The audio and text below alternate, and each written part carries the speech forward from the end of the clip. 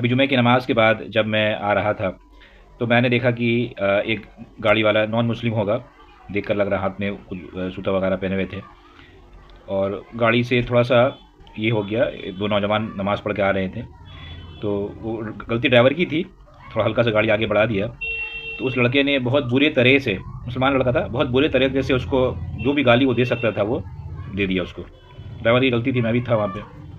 تو پھر وہ گالی دینے کے بعد میں وہ ڈرائیور سرنڈر ہو گیا، چپ ہو گیا، چپ سے چلا گیا۔ تو مجھے بھی کئی غیر مسلم ڈرائیوروں نے کہا کہ بھائی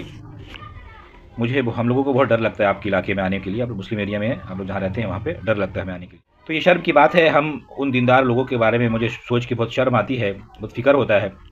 کہ جو سمجھتے ہیں کہ ہم دیندار ہیں، نماز پڑھ لیا، حج کر لیا، روزہ رکھ لیا، زکوٰۃ دے دیا، اور اس کے علاوہ سماج میں جو برائی ہے ہم اس کو بند کیسے کریں، یہ ہماری ذمہ داری نہیں۔ ساتھ میں آپ کو ایک حدیث سنا رہا ہوں جس سے بات آپ کو سمجھ میں آ جائے گی۔ حضرت جابر رضی اللہ تعالیٰ سے روایت ہے کہ رسول اللہ صلی اللہ علیہ وسلم نے ارشاد فرمایا کہ اگر کسی جماعت اور قوم میں کوئی شخص گناہ کرتا ہے، کسی جماعت یا قوم میں کوئی شخص گناہ کرتا ہے اور وہ قوم باوجود قدرت کے اس کو نہیں روکتی، یعنی وہ قوم کوئی گناہ کر رہا ہے اور وہ لوگ جو اس کو روک سکتے ہیں اگر اس کو نہیں روکتے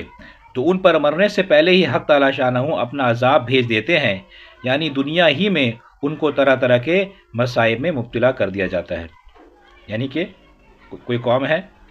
اور کوئی گناہ کر رہا ہے، اس کو اگر نہیں روک رہے ہیں تو کیا ہوگا، اللہ تعالیٰ ایسے قوم کو، ایسے لوگوں کو دنیا کے اندر میں طرح طرح کے مسائل کے اندر میں مبتلا کر دیں گے، یہ اللہ کا عذاب ہے۔